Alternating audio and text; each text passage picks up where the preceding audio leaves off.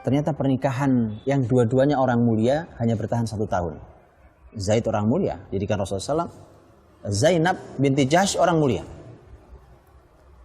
Tapi bagaimana ceritanya dua orang mulia bertemu di sebuah rumah tangga yang harusnya mulia malah pisah? Itu pertanda bahwa tidak cukup orang soleh bertemu dengan seorang yang solehah, kemudian bertemu dalam satu rumah tangga, ternyata tidak cukup. Artinya harus ada ilmu yang lain agar rumah tangga kelak tidak retak. Maka bagaimana kalau ada yang satu soleh, yang satu rusak? Terbayang oleh itu bagaimana ketimpangan rumah tangga? Maka perlu kebersamaan dalam kesolehan itu. Inilah yang disebut oleh para ulama sebagai al-kafa'ah atau al-kufu', yaitu kesetaraan. Kesetaraan yang dimaksud dalam rumah tangga Islam nomor 1 dan selalu disampaikan para ulama, kesetaraan itu adalah agama. Kalau kita bahas fikih, di fikih para ulama bahas umpamanya kita membahas tentang bolehkah seorang muslim menikahi ahlul kitab. Ketika para ulama fikih membahas itulah kita ambil pendapat yang mengatakan bahwa para ulama mengatakan seorang muslim laki-laki boleh menikahi wanita ahlul kitab. Ambillah yang itu secara fikih halal, sah, pernikahan sah, berumah tangga dia halal. Tapi rumah tangga bukan sekedar sah atau halal. Ada kebesaran yang sedang dibangun. Apa artinya sebuah rumah tangga hidup dalam kehidupan yang tidak satu visi? Maka dari itu, ini kesetaraan. Kesetaraan itu awalnya agama, kesolehan. Bahkan sesama muslim dan muslimah saja bisa jadi timpang kesolehannya, bisa jadi timpang ilmunya. Tapi ada pelajaran yang luar biasa mahal dari bab ini. Saya mencoba mencarinya melalui kitab-kitab tafsir para ulama untuk mencari apa sebenarnya penyebab utama perceraian Zaid dan Zainab.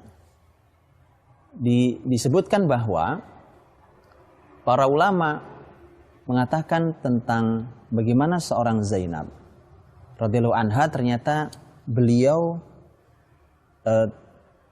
memiliki lisan itu nampaknya menyebut-nyebut tentang kebesarannya. Karena perlu diketahui memang Zainab, Masya Allah, Zainab punya kecantikan. Zainab nasab Quraisy, apalagi ada nasab sepupuan dengan Rasulullah Sallallahu Alaihi Wasallam.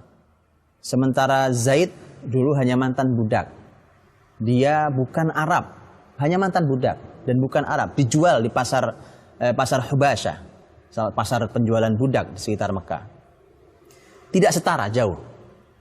Ketika ada ketidaknyamanan dan tidak berhasil untuk disetarakan sepanjang 1 tahun pernikahan mereka, maka yang terjadi adalah ternyata sang istri pun tidak kuasa untuk menahan lisannya untuk mengeluarkan kalimat-kalimat yang menunjukkan ketinggian kehebatan dirinya, nasabnya, kemuliaan Quraisynya, dan seterusnya.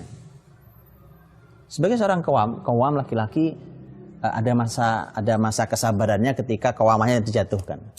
Ini juga pelajaran buat kita semuanya, rumah tangga, bahwa laki-laki punya qawamah yang tidak boleh jatuh dan tidak boleh dijatuhkan. Disinilah akhirnya Zaid mau tidak mau harus mengakhiri rumah tangganya dengan seizin Rasulullah Sallallahu Alaihi Wasallam. Dan biarkan kita belajar bahwa ternyata kita sebagai sepasang suami istri harus berusaha untuk menyetarakan antar kita. Namanya kita bertemu dan bahkan yang satu sekolah sekalipun bisa tidak setara. Kesolehannya, keilmuannya, visi yang sama. Apalagi kalau sudah punya anak, maka harus jelas anak ini harus diarahkan dalam langkah yang sama dan seterusnya. Akan sangat bahaya, dalam keadaan bahaya ketika rumah tangga dalam keadaan tidak satu visi yang sama.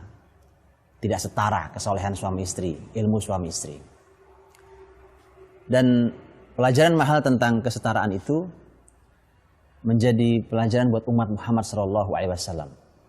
Bisa jadi, wallahu alam, adalah bahwa inilah salah satu yang ingin ditekankan tentang mengapa nama Zaid disebut dalam Al-Quran ketika tidak ada nama sahabat lain disebut selain hukum, bicara tentang masalah hukum fikih.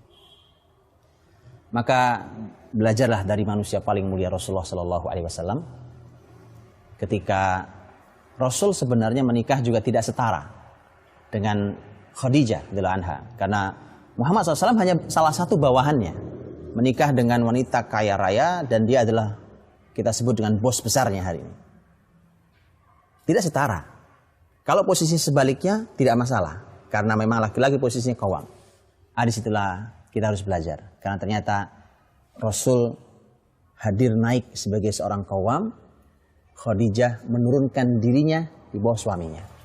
Itu yang harus dilakukan sehingga rumah tangga bisa berjalan sesuai dengan porsi dan posisinya, yang dengan itulah maka kita akan bisa mendapati rumah tangga yang berjalan dengan ridha Allah Subhanahu wa taala dan dalam keadaan damai.